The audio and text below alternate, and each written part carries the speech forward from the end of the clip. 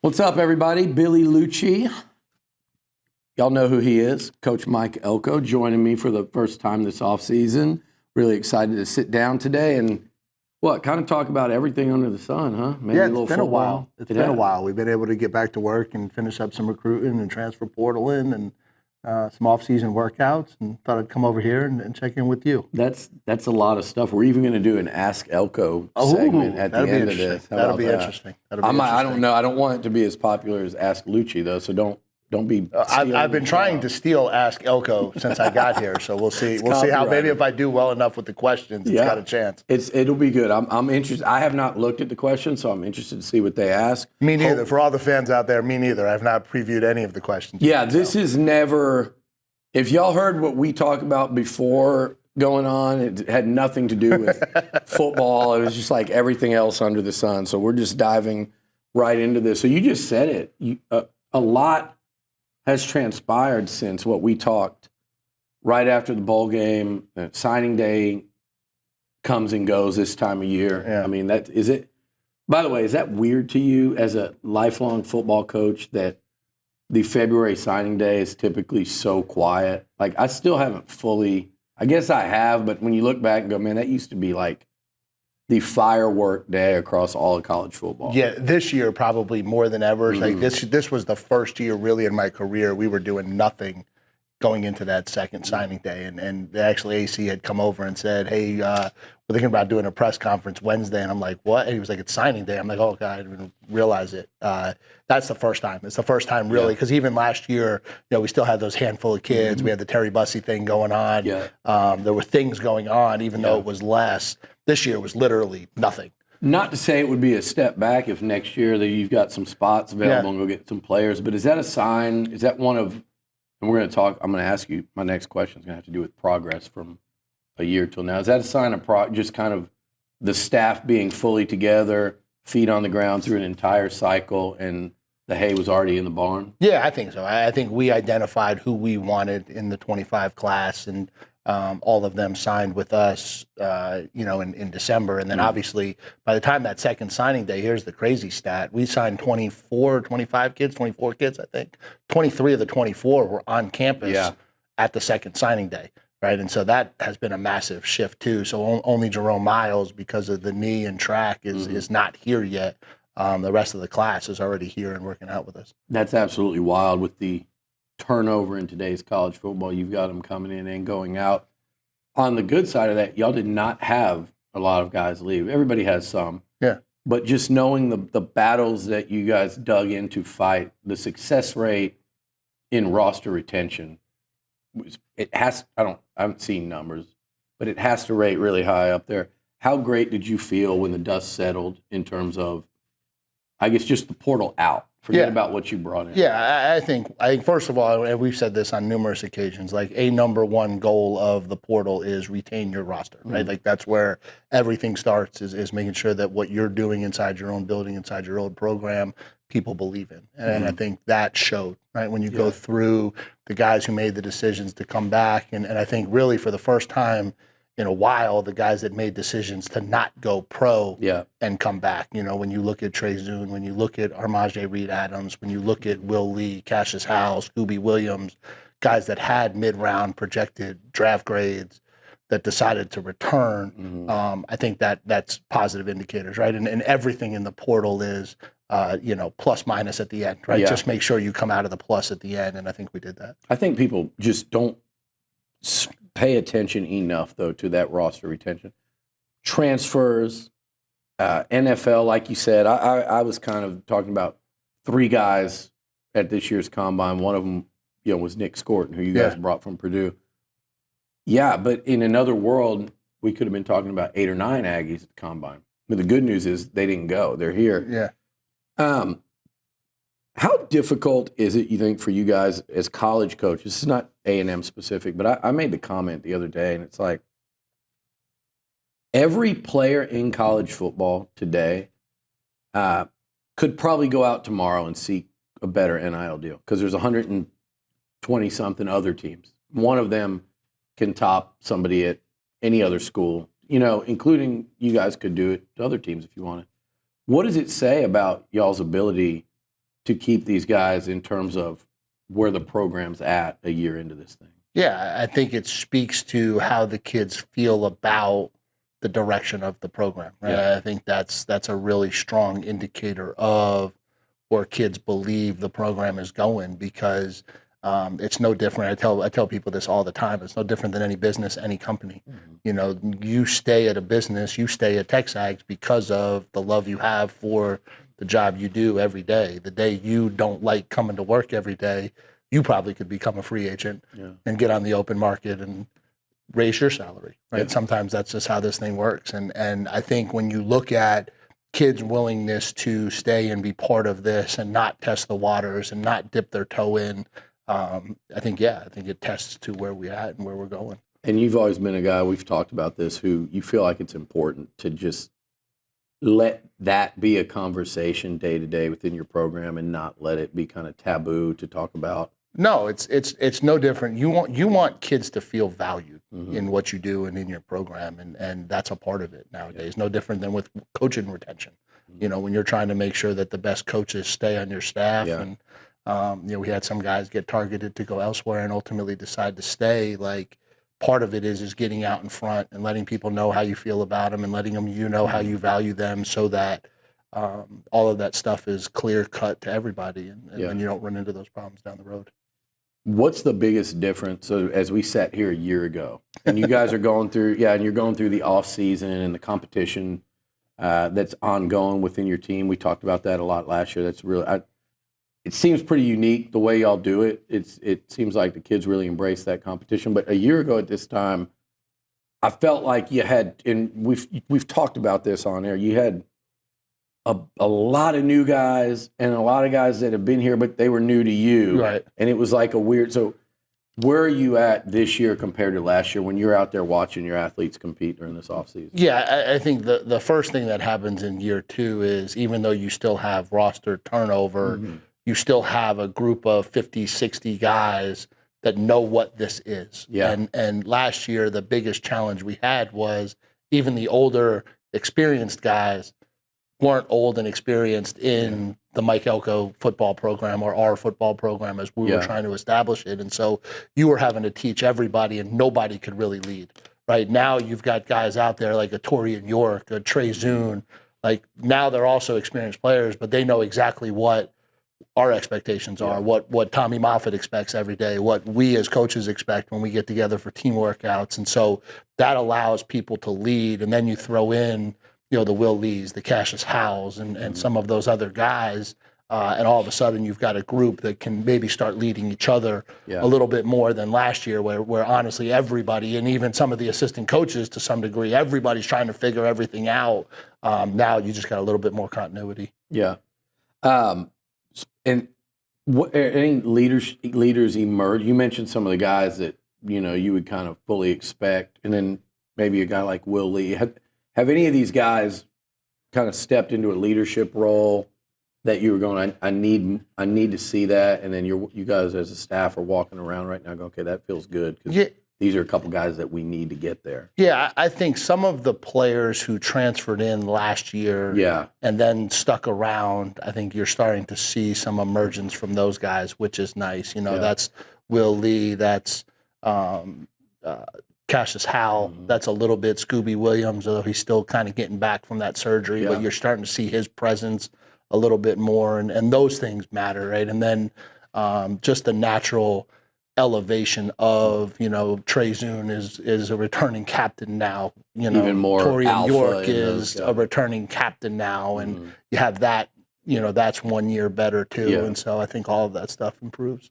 What about Marcel as a guy?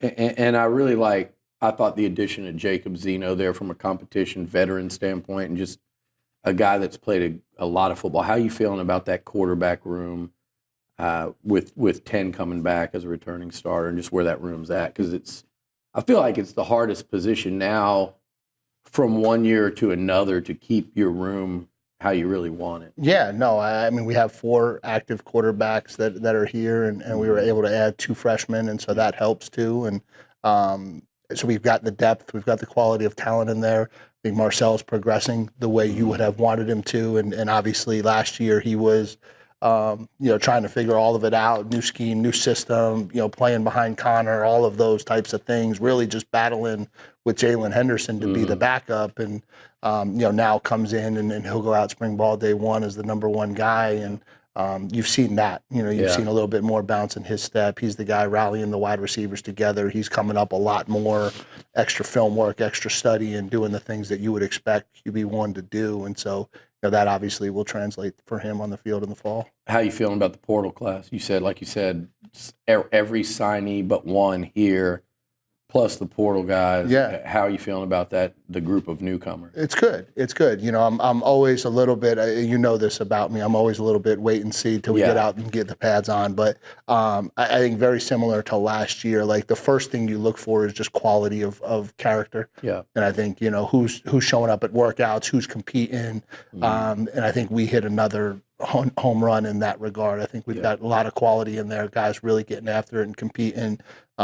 Casey Concepcion is a guy that has really stood out from that area. Competing. Nate Borkacher from Nebraska has really stood out from a competition standpoint, and so you're starting to see some guys establish themselves. This is one of the two positions I wanted to ask you about specifically today, or three for different reasons. But tight end, just seeing those guys physically, and you obviously you got some coming back. Theo, the most experienced, like that is a different looking group.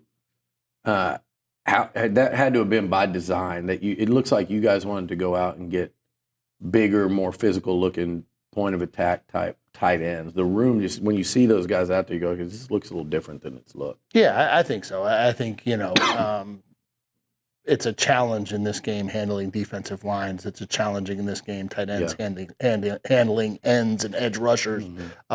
So putting guys out there that have the size and the ability to kind of set an edge in the run game, I think gives us a different dimension in terms of how we can get the ball out on the perimeter. And we felt like that was something that was really important. And and then they're also capable pass catchers, and been really happy with Theo. I think that's the other thing that gets lost sometimes in the shuffle of all this is the internal competition that gets created, and you watch your own guys rise and elevate. We saw a lot of that happen last year, and I think seeing that with a guy like Theo, who's had a phenomenal offseason, and that's been great to see. And certainly you're not losing sight of him too. Amari Niblack is a guy, to me, that's real intriguing. You look at his numbers as a freshman there at Alabama. Yeah. What do we characterize him as? Is he tight end? Or to me, he looks like a guy you could utilize a lot of different ways in the passing game. Yeah, I think you characterize him as a piece, right? I think that's probably the best way to word it. And he's got a skill set that's very unique, and I think that was the attraction. And obviously, Holman Wiggins was with him at Alabama, and so kind of knew what the skill set was and knew how to utilize it. And so you just start talking around. Okay, well, we can find ways to utilize this guy, and maybe he's not a full-blown wide receiver, and maybe he's not a full-blown inline tight end, but he's got this combination skill set that's really, really unique. And so I think if you utilize that the right way, I think you can create some advantages for yourself with it for sure. Speaking of a piece, Terry Bussey. Yeah. That's a piece. Terry Bussey is a piece for sure. It's nice having him. I think people forget too, like not having him through spring ball last year, because he was still doing what he was doing, and we didn't get him into the summer. And when we got him in the summer, he was banged up and he was playing corner. And so I think, what he was able to do with a very limited chance to prepare himself. I think obviously there's going to be a lot more that we're able to do with him heading into next year, and you combine him just from a diversity standpoint, him and Reuben Owens, both of those guys have very unique skill sets in terms of the different ways you can utilize them, and the two of them together is pretty creative. The other position I was going to ask you about was the guys that those tight ends are generally trying to block. Yeah. Defensive end is a really intriguing position to me. Like if I'm sitting there going, where am I going to watch a lot this spring? That's exciting. It's also really intriguing because you lose so much. Obviously, this week, Shamar Stewart's been all over I guess you expected that kind of combine. Kind of expected that, yeah. I just saw him. He was over in our building. He looks great. Yeah. Nice, yeah. He's in him and Scorton and Shamar Turner. The defensive line, but you got Regis and Hicks and But I'm really excited and intrigues me. 3 portal additions. Marco Jones, I see him out there at baseball practice one day. I'm going, golly, and he came in here with Keati Armstrong one day. Yeah. They look like they've been in college 3 years. But then, oh, by the way, Cassius Howell, Rylan Kennedy. Yeah. The position is to me, it's a real unknown with this. I just feel like there's a really high ceiling there despite what just walked out the door. Yeah, and I think we have to get used to this being college football too, right? Like college football is you're going to lose players, and we lost 3 really good ones on the defensive line, and that's not easy, but that's the program you want to have, and so you got to go attack it, and you got to go address it, and I think every single guy that you mentioned will be involved in this conversation. I think you look internally and you say, okay, you got Cassius Howell ready to take a big step forward, Rylan Kennedy ready to take a big step forward. You know, Solomon Williams showed up in the bowl game and made some plays. Kendall Jackson will be back from injury and healthy, and we'll see what he can do. And then okay, let's go add some pieces, and so you go out and you add 3 transfers. You add Cersei and you add Hayes, and you add Kendall. And you get the 3 guys in there, and you put yourself in position to really go. And then you bring in Marco Jones, and I think he's going to be lights out, phenomenal. And so we're excited. We're excited about the group and where it's going. And how excited are you about this defense? Because I know after the bowl game, that was as I don't know, mad's the word, just as blunt as what? The 3rd guy was Impemba, Sam Impemba. Yeah, that's one I blanked on. Sorry, Sam. Yeah, and he looks great. Yeah. I just blanked on the name, Sam. Sorry, Sam. It was a mistake. So so after that USC game, obviously you had some really pointed them generally at yourself. Yeah. And since then, where are you at with the defense and I guess your involvement going forward as the head coach? Yeah, I think all of it pointed at myself, right? I think that's the biggest thing is taking ownership in a product that didn't perform it the way we wanted it to. And again, I think there's a variety of reasons for that, but reasons don't matter, right? We've got a job to do, and we got to figure out a way to get it done. And so I think it's been good. I think Jay and I are on a better page moving into next year. I think me taking over, calling plays and doing some of that stuff, just kind of getting me back into a little bit of a comfort zone and how we're doing this. And but I think we've got a really good staff. I got a lot of confidence in the guys that we have over there, and I feel good about where it's going. And obviously, we got to go out and we got to do it.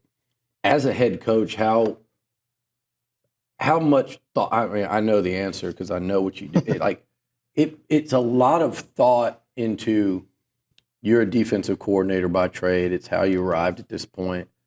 You're also, like we talked about earlier, you're a young head coach. We were saying beforehand, I said, 5 years from now, you're not the same coach you are today. You're not the same coach you were 3 years ago. How difficult was the decision?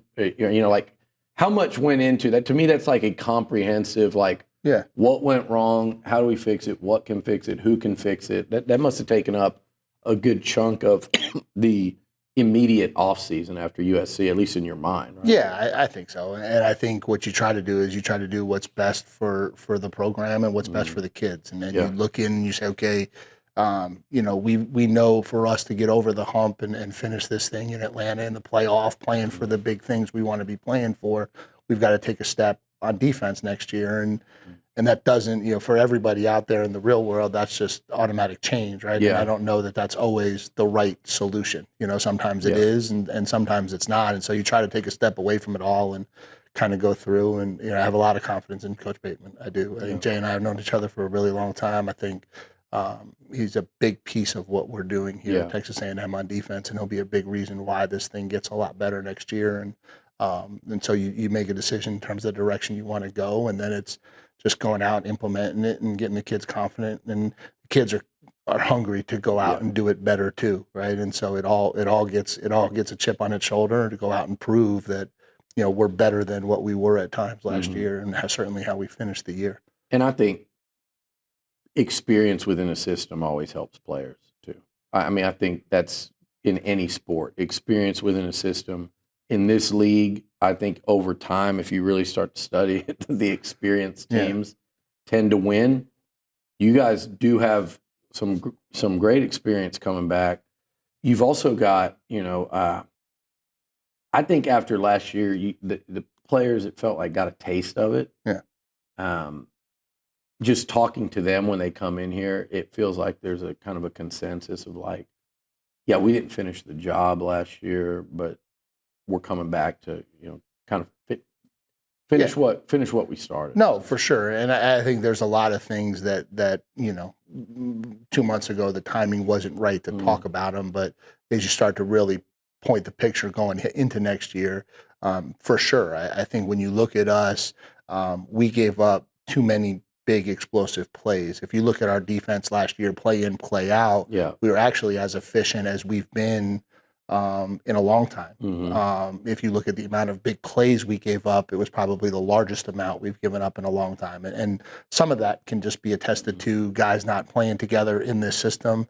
That's a part of it, right? I also think, and we talked about this while it happened, but I don't think anybody really took it and ran with it. Like, it was a whole different feeling being the hunted program down the stretch. When that happens, and nobody was ready for that. It was real easy after the Notre Dame game to get written off, to put a chip on our shoulder, and to go out and play like we had something to prove every week.